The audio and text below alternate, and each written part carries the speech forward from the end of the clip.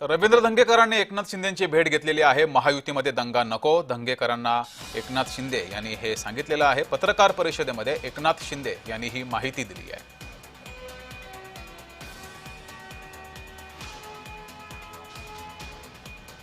रवींद्र धंगेकर यांनी चंद्रकांत पाटील आणि मुरलीधर मोहोळ यांच्यावर टीका केली होती आणि त्यानंतर आता एकनाथ शिंदे हे पुण्यामध्ये असताना रवींद्र धंगेकर आणि एकनाथ शिंदे यांची भेट झाली।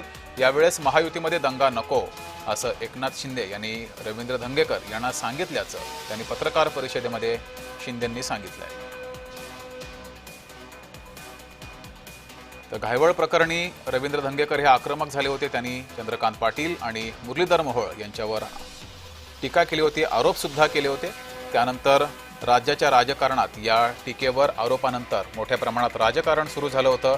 महायुतीमध्ये पुण्यामध्ये सारं काही आलबेल नाही का अशी चर्चा सुद्धा सुरू झाली होती।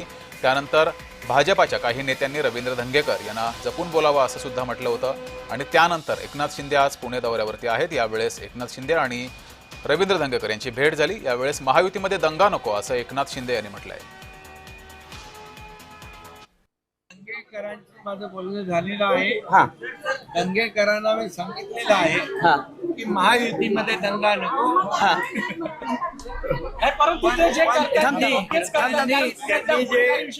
त्यांनी जे सांगितलं की पुण्यामध्ये कायदा सुव्यवस्था अबाधित राहिली पाहिजे, सर्वसामान्य गोरगरीब जनतेला कुठलाही त्रास होता कामा नये, पुण्यामध्ये मुली बाळी नागरिक निर्भयपणे त्यांना फिरता आलं पाहिजे, कायदा सुव्यवस्था राखली गेली पाहिजे आणि म्हणून मी एवढं सांगतो की गुन्हेगाराला क्षमा नाही। गुन्हेगार कोणी असू द्या त्याला पाठीशी घातलं जाणार नाही।